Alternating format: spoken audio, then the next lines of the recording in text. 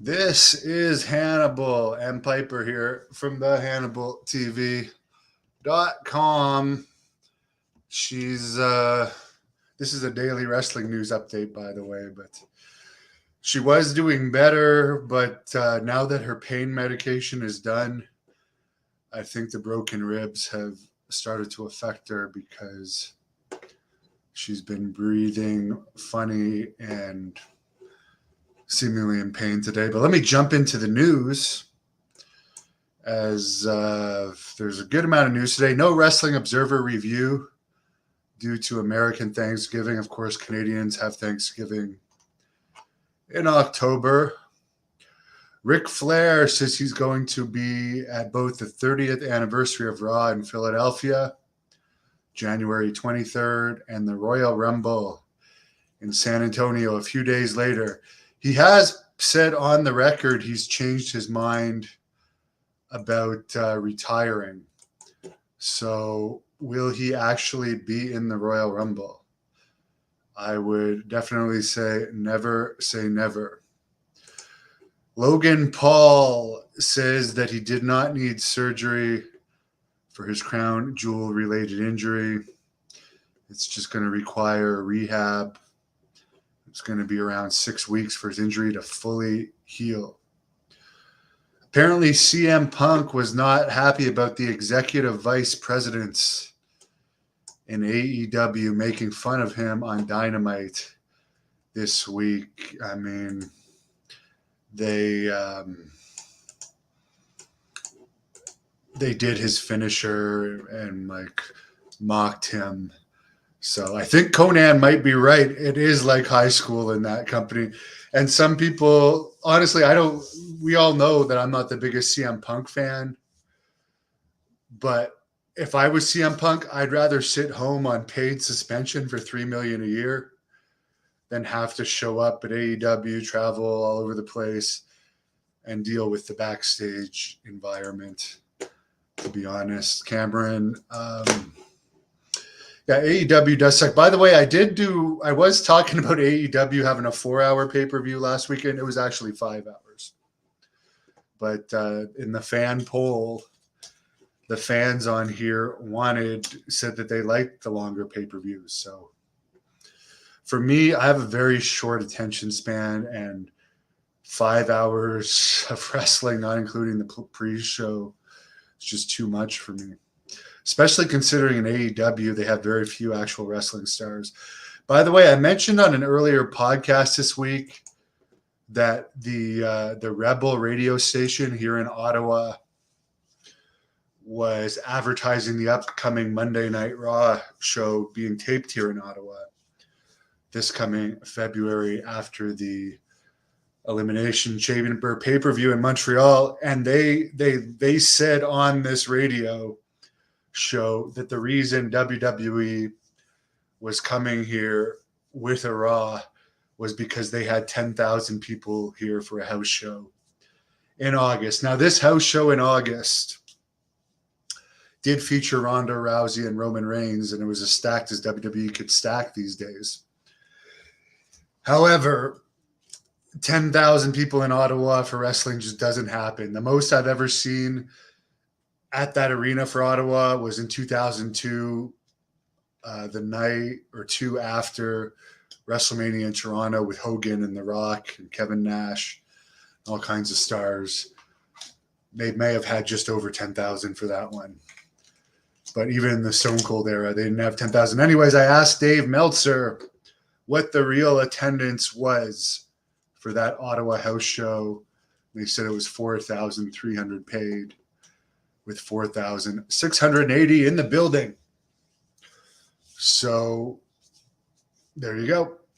Now, keep in mind the very first Great North Wrestling event at the Ottawa Civic Center that I put on there, which is where WWE used to go in the 80s, put on an event there in 2007. It had 4,000 legit with less than 50 comps, because I needed every penny I could make from that, and I also didn't understand comps back then. I didn't realize that wrestling companies comp hundreds to thousands of tickets each show to help make their things their events look more full. But anyways, I don't know if it was the radio station lying or WWE saying they had 10,000 people here for a house show in Ottawa, but 4,300 paid was the real amount. Ronald says, woo, crying. Why do they make their pay-per-views 5 hours plus the pre-show? Because Tony Khan doesn't care about making money. Look at it from a stand. Listen, people can say what they want about me. People can call me a mark. I've been a full-time reporter in wrestling since 2018. And I have wrestled professionally in Puerto Rico for 4 years. I've wrestled professionally in England. I've had matches for WWE and TNA. I've wrestled in the Dominican as well. I wrestled for New Japan USA once. So the haters can say what they want about me. I've also been a promoter from when I started in 2004 with Stampede to Great North Wrestling, which I've just given up on promoting now because I just don't have the passion anymore. But let me explain this question. Why 5 hours? It doesn't make sense. Tony Khan is in the red. AEW has not made any profit yet. They haven't had a year of profitability. So all you really need is 7 to 10 matches max on a show. Otherwise, you're flying more people in, paying for their hotels and so forth, and paying them to wrestle. If they're not on salary, you're just adding expenses to a show. That was one of the reasons why WCW failed. They would fly people into a Nitro and Thunder that weren't even on the card, and they would just sit there and eat catering. So it actually, for the non-hardcore fans that don't want to watch 5 or 5.5, 6 hours, if you include the pre-show of wrestling, you turn them off of ever going to a show. And yeah, it just adds expenses, and AEW has so many wrestlers on their roster. I've heard Vince Russo say Tony Khan just likes to collect wrestlers and have wrestlers under contract because they have so many wrestlers on their roster. And how many are over? I would argue that MJF is only over with the smart marks. Your average fan doesn't care about a 5-foot-tall wrestler. They want to see people that they don't think they can beat up, and a smidget, not quite a midget, but not quite a height of a real person, as Scorpio calls them, smidgets. They just don't draw.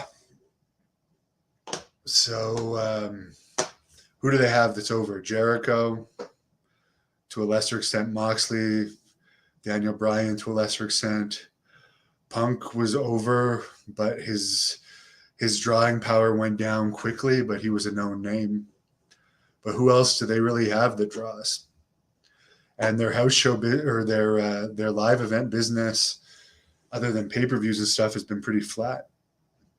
Crying, have I ever watched a Godzilla movie? No, I never had any interest in that. There's people who are like home-cooked meals. They don't want me giving her as much human food. The Ragu Overlord prefers my combat sports coverage compared to the nerd channels. There is a lot of nerd channels out there. And speaking of nerd channels, I heard Buff Bagwell, my old buddy, bragging one day that he was on the channel of some guy that interviewed The Rock, acting like that was something special. And then I actually looked at that guy's channel compared to mine, and I'm literally getting millions more than him a month with Mario Mancini. So that just goes to show you that the nerd guys that are going to just mark out for people and ask non-hard-hitting questions, they just don't get over as much. Mike, I haven't been to Alberta since 2008 when I teamed with Samoa Joe to beat Jinder Mahal and Gama Singh Jr. Do I plan on coming back? It's doubtful I would be back anytime soon. I don't see why I would come back. It's cold there. I could see myself going to the Bahamas or something on my next vacation. Anyways, we'll see. But yeah, I have nothing against Alberta. It's just the other weird thing, it's actually cheaper to fly internationally than within Canada for some places. Like a ticket from Ottawa to Calgary, which for those that don't know, Calgary is like a 4-day drive away from Ottawa. But a flight is like $700 or $800, where you could fly to New York for $400. What do I think of MJF being in the Von Erich movie? Good for him. I am excited about the Von Erich movie, but they are having like short people play the Von Erichs. Like apparently Zac Efron is like 5'9", 5'10", playing Kevin Von Erich, who's over 6 feet. I forget who's playing Kerry Von Erich, but Kerry Von Erich was like 6'3", 6'4". Lance Von Erich's another guy over 6 feet. So it makes sense that they'd get a small guy to play that. But no, I can't wait to see that movie. Mike, I was promoting Great North Wrestling in Alberta. Actually, when I first started Great North Wrestling, we've promoted before in Alberta, Quebec, and New Brunswick. Now, while I had some success at first, I found like in subsequent shows, the local people were helping me less and less in Alberta. And since I was only flying in a day or two before the shows, the people on the ground just weren't doing the promotion there for me or helping with the ticket sales. So I eventually said, I can't lose money to do these shows. So I'm just going to stop because I need someone. I always put up the posters to my own shows, for instance, because I found you can't just send posters to New Brunswick. The people will just tell you they put them up and don't actually put them up some of the times. Hence why that show where Lanny and I decided to do the backstage brawl, because it was so depressing how many people showed up, had a shitty turnout, despite that town was also very poor.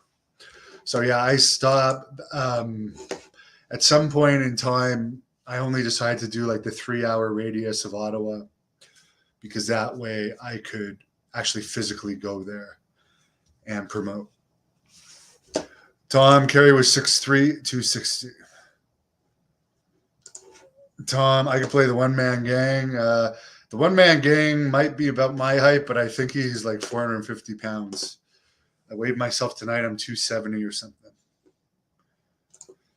Phil says the guy who was slated to play David Von Erich, who was 6'7", is only 6'2". Rick needed the money to return anyways, probably. Someone's got to play the Iceman. Ric Flair has been cast. I think it was in my last update that I said who was playing Flair. I'm sure they've finished the casting because the movie's already been in production. And I'm pretty sure I met the guy that was producing this when I was out with Lacey in Dallas about 1.5 years ago. And they were talking to me about this movie, and I honestly didn't believe them. So it's kind of cool that it's actually happening.